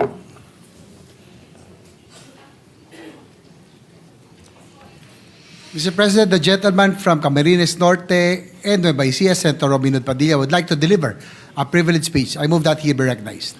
Senator Robin Padilla is recognized. Maraming salamat po, Ginoong Pangulo, at sa ating pinunong mayorya. Assalamualaikum warahmatullahi wabarakatuh. Ginoong Tagapangulo, mga ginagalang kong kasamahan sa Senado, ako po ay tumitindig sa pulpitong ito ngayong hapon sa bisa ng personal at kolektibong pribilehyo. Sa mga nagdaang linggo at buwan, sunod-sunod pong sinubok ang ating bayan. Hindi pa man nakakabangon ang ilang lugar sa pagyanig ng lupa, nasundan na agad ng pagbagyo at pagbaha. Sa aking pagpunta kamakailan sa Cebu, nakita ko ang dalawang mukha ng sakuna. Ang bigwas ng lindol at hagupit ng bagyo. Magkasunod nilang winasak ang bayan. Mga pader na bumigay, mga bahay at mga establishmentong pinaghirapang itaguyod ng ilang taon ay gumuho. Mga sasakyan na nagkapatong-patong at mga komunidad na hanggang ngayon ay nababalot pa rin ng takot at pangamba. Sa mga ganitong panahon, lagi na lang nating naririnig na pinupuri ang pagiging resilient o matatag ng mga Pilipino. Halos nakatahina ang katangingang ito sa ating pagkatao. Pilipinong matatag, matibay ang loob, matiisin sa gitna ng sakuna. Palibasa ba ang mga Pilipino ay matatag? Dapat bang palagi na lamang siyang makaranas ng paghihirap at pagdurusa? O likas bang delikado talaga ang Pilipinas pagdating sa mga sakuna? O naging ganito na lang kadelikado dahil sa kapabayaan at pagsasamantala? Mahigit po 4 na milyong Pilipino sa 8 rehiyon ang sinalanta ng Bagyong Tino. Mga ari-arian, mahigit 155,000 bahay ang naitalang nawasak, 155,000. At ang naitalang pinagsamang halaga ng pinsala sa agrikultura at infrastructure ay tinatayang nasa 337.6 million at baka tumaas pa.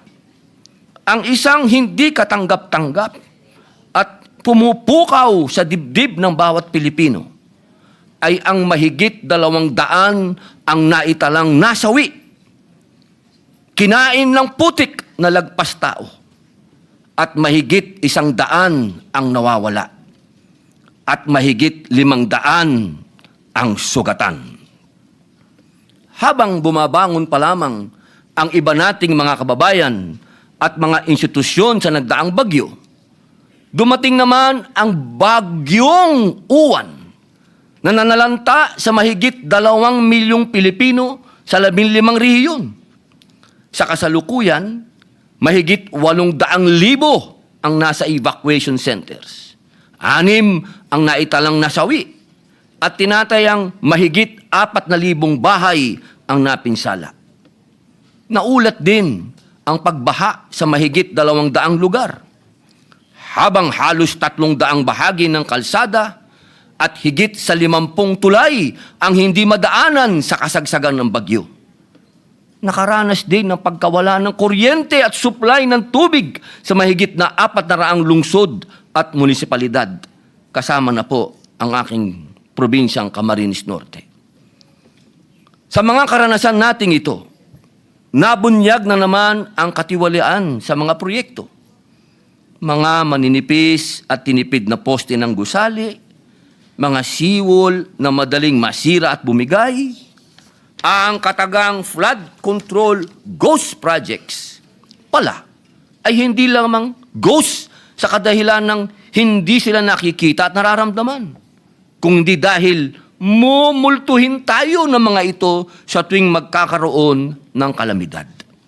Mumultuhin tayo ng kapabayaan at katiwalian na pinabayaan nating manuot sa sistema. At kung may dapat tayong mapagtanto sa lahat ng ito, iisa lang ang katotohanan, hindi kalikasan ang may problema. Sistemang bulok at palpak.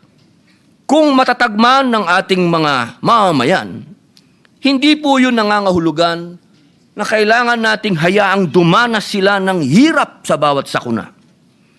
Ang resilience na ginagayak ng bawat Pilipino bilang isang tatak ng karangalan ay naging tabing na din na nagkukubli sa kawalan ng pananagutan. Bilang mga mambabatas, tungkulin nating itaguyod sila. Ibsa ng bigat na kanilang dinadala. Mas lalo pang palakasin ng kanilang loob at patatagin ng kanilang diwa. Our people deserve more from us. Hindi salita, hindi grandstanding, kundi sa gawa. Tunay na malasakit at tapat na paglilingkod. Kaya po noong Setyembre pa lamang, isinusulong ko na ang Senate Bill number 1299 o Mahiya Naman Kayo Act na naglalayong ganap na alisin ang ekwasyon, ang panghihimasok ng mga mambabatas sa pagtukoy, pagpopondo at pagpapatupad ng mga proyekto. Layon din ng panukalang ito na patatagin ang koordinasyon ng national government sa mga local government units, sa mga infrastructure projects na itatayo sa kanilang mga lugar. Kung ang isang proyektong pang-infrastructure ay itatayo sa isang probinsya, munisipyo, syudad o barangay, dapat ito ay alam ng mga local government officials doon. Hindi na pwedeng surprise na lang ang mga proyekto na ikagugulat ni governor, ni mayor o ni kapitan.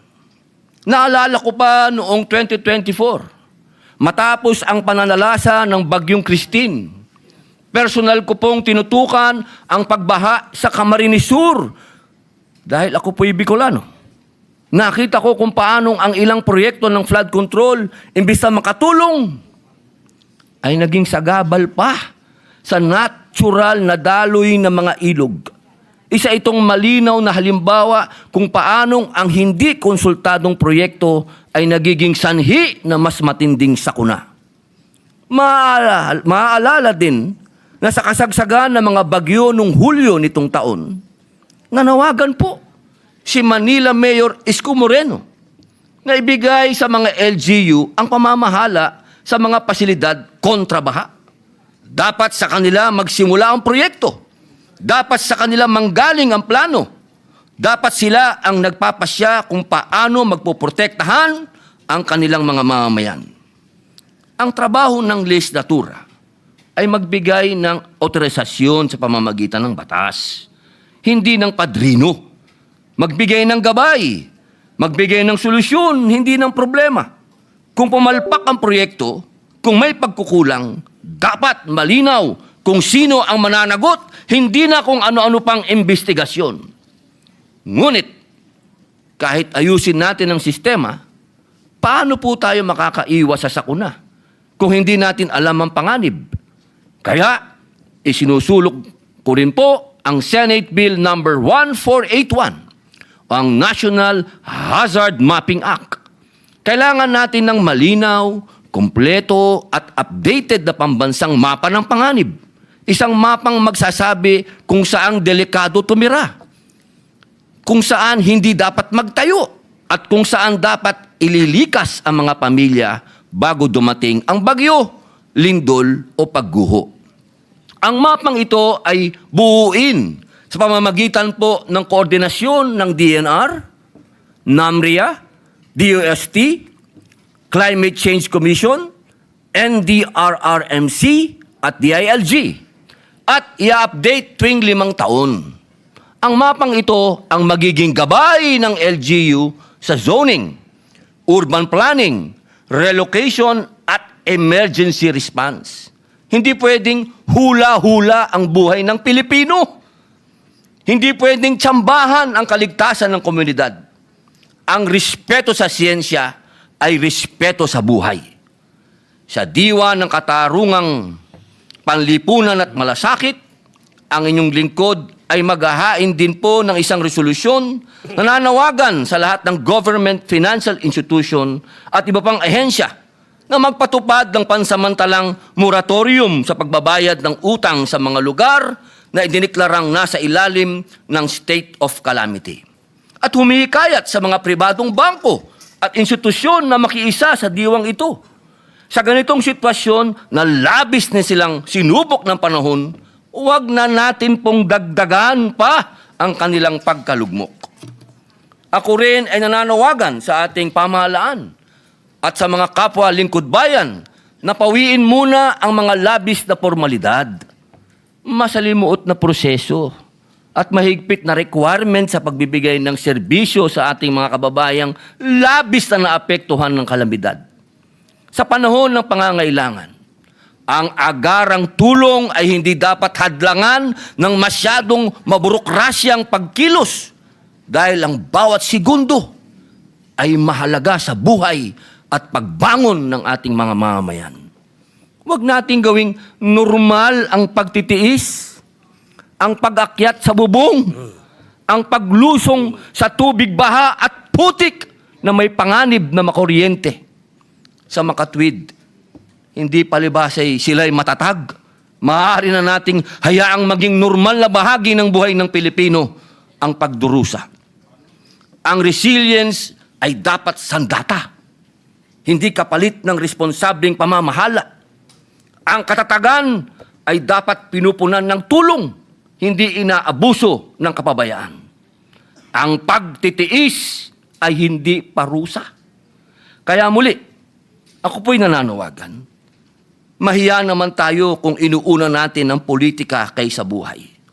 Mahiya tayo kung kaya nating manahimik habang may nagdurusa. Ngunit kung kikilos tayo ngayon, kung iwawasto natin ang sistema, kung uunahin natin ang pagmamalasakit kaysa pamumulitika, maibabalik natin ang dangal sa serbisyo publiko. May pag-asa pa ang Pilipinas. Ngayon ang panahon para makita ang peligro bago dumating ang trahedya. Ngayon ang panahon para hindi lang tayo maging matatag, kung hindi maging ligtas. Ngayon ang panahon para protektahan ang buhay ng Pilipino, hindi ang kapangyarihan. Mga kasama, mga kapwa ko lingkod bayan, sa akin pong pag-ikot, kitang-kita ko po ang hindi ko po maipaliwanag sapagkat hindi na po kailangan ng matinding research o mga scientists kung anong naging problema dito sa ating bayan ba't maraming namamatay. Saan po kayo nakakita na mga riverbed may nakatirang tao? Mga daanan ng tubig, ginawang tirahan ng tao at ginawa pang barangay. Siguro naman po mga kasama, kitang-kita na natin kung saan ang problema. Ang kailangan po natin ngayon ay political will. Kailangan po natin talagang ipabatid sa ating mga kababayan na hindi po tinitiran ang riverbed at hindi po tinitiran ang mga ilalim ng tulay. Hindi po tinitirahan at hindi po pwedeng gawing barangay ang daanan ng tubig na inukit ng kalikasan. Yaang pong mga lugar na yan, sa matagal na panahon, 1,000 taon, yaan po ay daanan ng tubig. Kaya mga kasama, pagbutihin pa natin, dahil ka nga ng aking yumaong ama, ang tunay na karangalan ng tungkulin ay nasusukat hindi sa karangyaan ng posisyon, kundi sa malasakit, serbisyo, at pagsasakripisyo ng sarili para sa pinaglilingkuran. Maraming salamat po. Majority Leader. Mr. President, I move that we refer the privilege speech of Senator Padilla to the Committee on Environment, Natural Resources, and Climate Change. So move, Mr. President. Any objection? Hearing none, so referred. Mr. President, the Jetta lady from Antique and Malabon, Senator Lauren Legarda, would like to deliver a privilege speech. I move that she be recognized.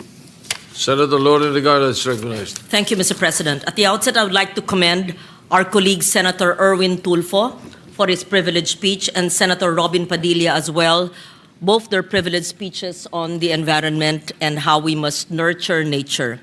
So count this, Mr. President, as strike 3 on the environment. Typhoons Tino and Uwan had claimed hundreds of lives. Typhoon Tino, 232 lives and affected over 4 million Filipinos. Typhoon Uwan, still unfolding, has already left more than 6 dead and displaced 2.4 million. Cebu and Negros were the worst, with 150 fatalities for Cebu, followed by Negros Occidental with 42, Negros Oriental with 21. These tragedies hit close to home, barely 2 months after a 6.9 magnitude quake in the same region that claimed 79 lives. This is nature speaking to us clearly. Our growth has outpaced our safeguards. Beyond the natural calamities, unchecked mining and reclamation, deforestation and illegal logging, unregulated construction, uncontrolled urban sprawl into no-build zones, poor solid waste management, corruption in infrastructure, and government clearances have eroded the very foundations of safety and sustainability, including the fact that we do not follow the no-build zones, that we do not follow the NAMRIA maps where it clearly dictates where to build and not to build. For decades, we've answered floods with concrete, higher walls, longer dikes, deeper drains. Yet every storm proves that concrete alone cannot protect us, especially when it's weakened by corruption, flawed clearances, or lost as ghost projects. The Department of Environment and Natural Resources Water Resources Management Office recently evaluated over 4,000 flood control projects nationwide. The findings are alarming. 42% were problematic, unconstructed, duplicated, or already existing. Nearly 30% were poorly situated, dikes that block natural river flow, protect idle lands, or redirect water into communities. Some projects the DNR confirms were reclamation in disguise, converting riverbanks and wetlands into land development zones. Even more alarming, the DPWH admitted that many flood control projects lacked environmental clearance certificates, despite being environmentally critical and high risk. Worse, the agency itself acknowledged that some of these structures have actually worsened flooding and, in fact, should be dismantled altogether. We spent billions for safety. Instead, we engineered vulnerability. To this, science tells us what experience has long confirmed.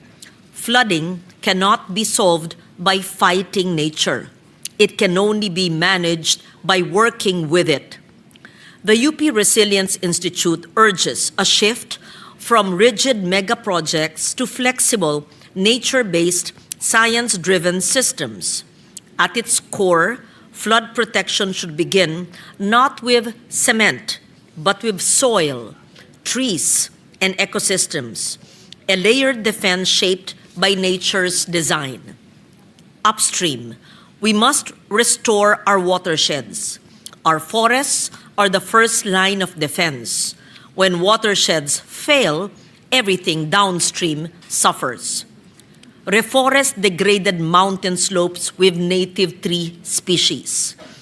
Establish bamboo and vetiver groves along riverbanks to anchor soil and slow runoff. Encourage small catchment ponds and contour farming to retain rainwater and reduce erosion. Protect existing forests from illegal logging, mining, and encroachment. Along our rivers, we must restore their room to breathe, reconnect floodplains, and rehabilitate riparian buffers. Restore wetlands that once acted as natural sponges, absorbing excess water during storms. Replace hard concrete embankments with eco-engineered alternatives. Gabions and coconuts reinforced with deep-rooted vegetation that stabilize slopes naturally while supporting biodiversity. Stop converting riverbanks into commercial or residential zones. In our cities, we must allow water to find safe paths instead of forcing it underground. Build sponge infrastructure, permeable pavements, bioswales, rain gardens, and retention parks that absorb runoff instead of channeling it. Promote green roofs, urban tree planting, and household rainwater harvesting systems. Enforce strictly the Ecological Solid Waste Management Act because every clogged canal begins with a single piece of plastic carelessly discarded. Respect and observe the National Building Code's no-build zones and follow the NAMRIA maps, which is said to have been distributed to all local government units. Stop granting exemptions for politically connected persons. And along our coasts, we must bring back the mangroves and seagrass beds that shield us better than any seawall ever could. To make this happen, governance must evolve as much as our climate has. Agencies must act as one under a unified, integrated flood management and river basin framework with support from local governments, academic institutions, and local communities. The DPWH must align all flood projects with DNR WRMO's satellite validation database before approving or funding any new structure. Equally vital is the use of multi-hazard maps, integrating flood, landslide, earthquake, and storm surge risks to guide all planning and infrastructure decisions. These maps are not for mere academic exercise. Without them, we build where water should flow and settle where danger waits.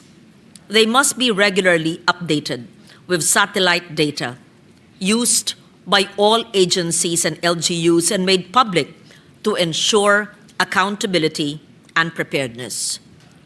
All future projects must be science-based, risk-informed, and climate-aligned, not politically convenient or politically determined.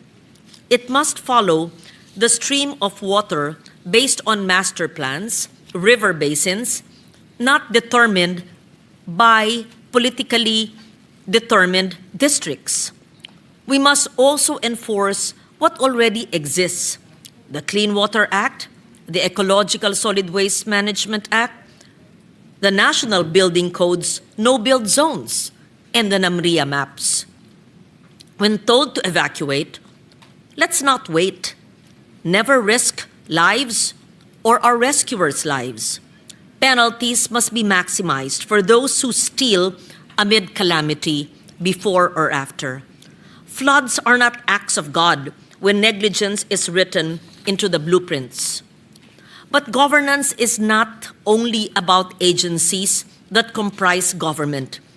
It is instead our people. We must remind our citizens that resilience begins at home. Do not throw waste into canals, rivers, or streets, or waterways. Hindi po basura ang ating kapaligiran.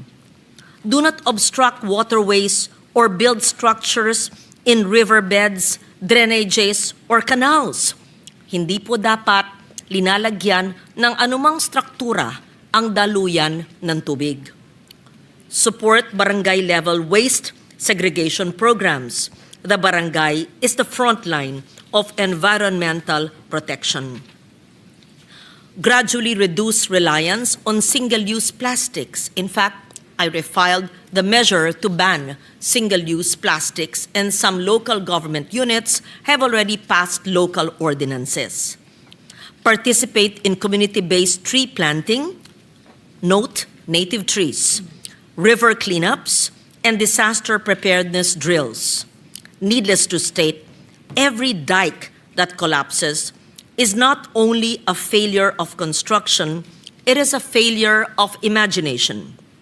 At the end of the day, flood control should not be measured by how many walls we build, but by how many lives and ecosystems we protect. The legacy of Tino and Juan should not be another round of bidding for quick repairs, but a nationwide realization that resilience cannot be engineered slowly by concrete. It must be grown, restored, and sustained. We cannot keep reacting to typhoons or floods. We must live with them wisely, with foresight, science, and the guidance of nature. Harmony begins where greed ends and where governance works with nature. At the end of the day, Mr. President, the best flood control is nurturing nature, protecting our watersheds, protecting our forests, and not logging them, and protecting the mangroves that are the best buffer and defense against storm surge. Thank you, Mr. President. Majority Leader. Mr. President, I move that we refer the privilege speech of Senator Legarda to the Committee on Environment, Natural Resources, and Climate Change. Any objection? Hearing none, so referred. Mr. President, I move that we proceed with second additional reference of business. Paano si ano? Hindi, paano si Bing? Ha? Abot siya? Meron pa. Alright. Okay, the Secretary will proceed with the second additional reference of business. Second additional reference of business, committee reports. Committee report number 8, submitted by the Committee on Social Justice, Welfare and Rural Development, on Senate number 155 by Senator Tulfo E., an act simplifying the documentary requirements for accessing government financial assistance and for other purposes, recommending its approval with amendments, sponsored Senator Tulfo E. To the calendar for ordinary business. Committee report number 9, submitted by the Committee on Social Justice, Welfare and Rural Development, Senate number 254 by Senator Tulfo E. An act penalizing selective, discretionary, and discriminatory acts in the delivery of social protection programs, recommending its approval with amendments, sponsored Senator Tulfo E. To the calendar for ordinary business. Majority Leader.